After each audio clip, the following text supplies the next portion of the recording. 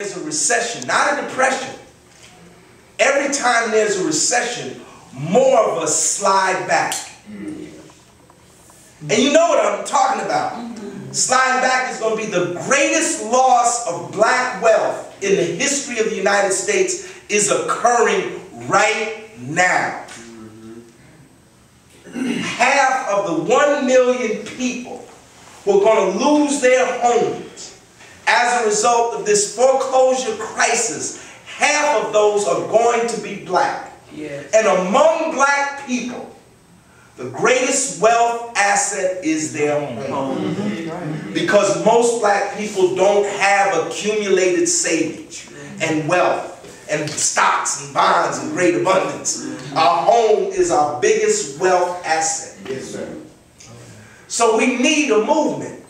We need a movement, but we're not going to need a movement just like the movement we had during the 60s.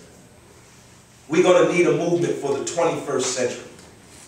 And the conditions that pertain in the 21st century are not the same conditions that pertain in the 21st century, are not the same as those that existed in the 20th century. Why is that? Because conditions have changed. Conditions have changed over time. Oh, I mean, just look at the obvious, right? I mean, politically, in 1966, there were 450 black elected officials in America. In 2008, is nearly now 10,000 black elected officials at all levels in America. I mean, that's one glaring condition, one glaring change. Well, another glaring change is the growth of the black middle class. And not only the growth of the black middle class, but in fact, the growing gulf, both geographically and psychologically, between the black middle class and the black masses. Huge. Why everybody gets silent? We're thinking about it. Right, everybody got real quiet. And before they want me to stop, everybody got real quiet. There's a gulf. Huge. There's a huge gulf. And there's going to be some real class struggle. I mean, one of the interesting things that there was more of a national character. When I say national, read that as racial character to our struggle.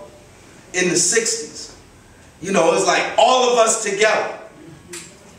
There's still a national character to our struggle, but there's also a class character to our struggle now. Because whereas in the 60s and in the early 70s, we were struggling to either overthrow white dominance of many of the institutions in our communities, now the people that control, many of them have been replaced by black people. Yes. And we're going to find ourselves struggling more and more. And this is a more difficult struggle. That's why neo-colonialism is a more difficult thing to unhinge in Africa than colonialism was. It was eminently clear that the British had to go. That the British colonial administrator had to go. But it's harder when you talk about when you're, that's why it's going to be very hard. This struggle is going to be very difficult if President Obama goes in a negative direction. Yes. I think he's going to go in a positive direction on some things. I think he's going to go in a negative direction on other things. You know, the whole question of alliances and coalitions takes on greater importance in the 21st century than it did in the 20th century.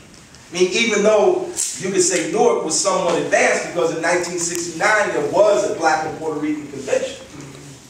But now, the dynamic is different. You know, many Latinos are feeling they surge now for self-determination. They're going through, in some respects, what we went through 40 years ago.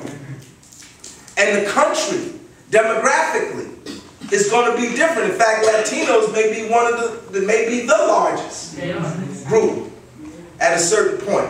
So the question of coalitions and alliances becomes more evident. I think also the Obama candidacy presages perhaps the possibility of a more populist politics in the 21st century. Because white folks is catching so much hell. Did you hear the discussion this morning on the McLaughlin report? No. And let me tell you something. Some of these white folks, they like no bailout for GM. Now, some of us say, yeah, no bailout for the banks. But do you know how many black people work in the auto industry? And in the related industries? And if those automobile industries go under, you think we not going to go under? Yeah, pensions, everything. So this whole question of a more populist politics organized around key common economic issues may become more important in the 21st century. Whereas, say, in the 20th century, we just concentrated on our black issues. Now we may have to expand our agenda a little bit, not negate the black issues, because the black issues stay there, but maybe link those issues to some real serious economic issues that also affect us as black. You think that auto industry going is not going to affect us as black people? Even the banks going under. Look, I don't know about how many people here got 401k. I lost $7,000 in my 401k in 1 quarter. From July to October 1 to September 30, I lost $7,000 from my 401k. I lost $4,000 from one of my pension plans, from a job I had before. So if you think the bank thing don't affect you, it's all connected. You got to go look. So we need a movement for social change, but we need a broad-based movement. I mean, one of the big struggles we had in the 60s, we had a lot of sectarianism, and I alluded to this earlier in my discussion.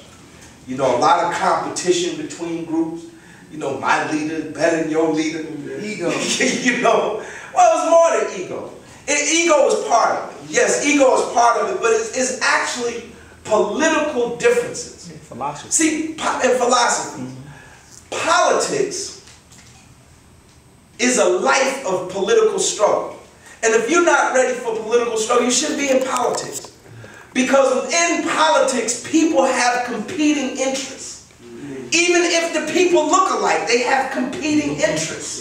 They don't have, we have the same interests on some things, but different interests on other things.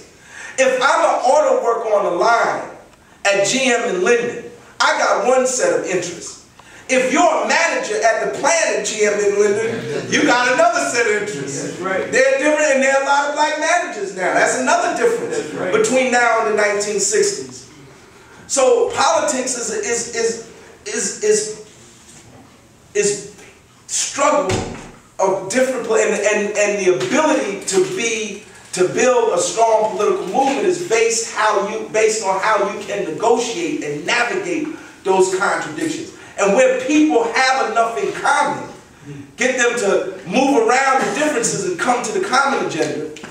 And where people have irreconcilable differences, how you struggle against them. You know, so in this period, we have to get away from the sectarianism. Sectarianism was a big problem that affected us during the 60s.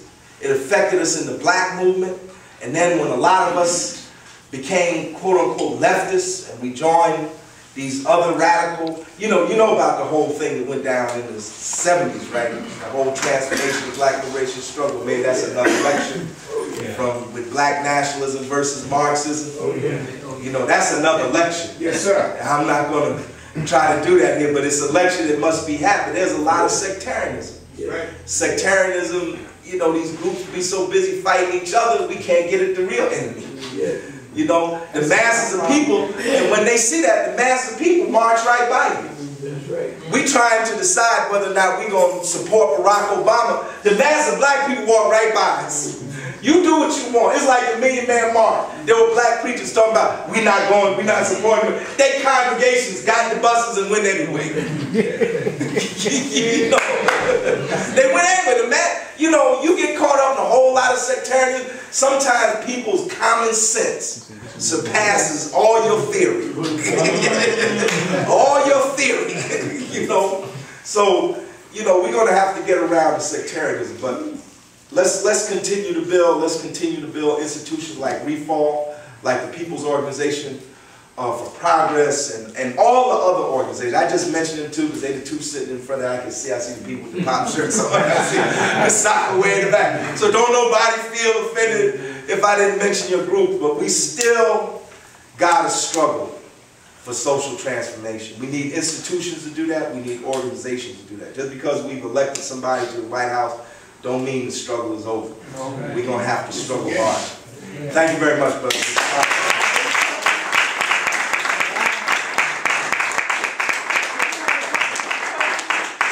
We're going to have some questions for Larry 1 minute. I want Walter to come up here.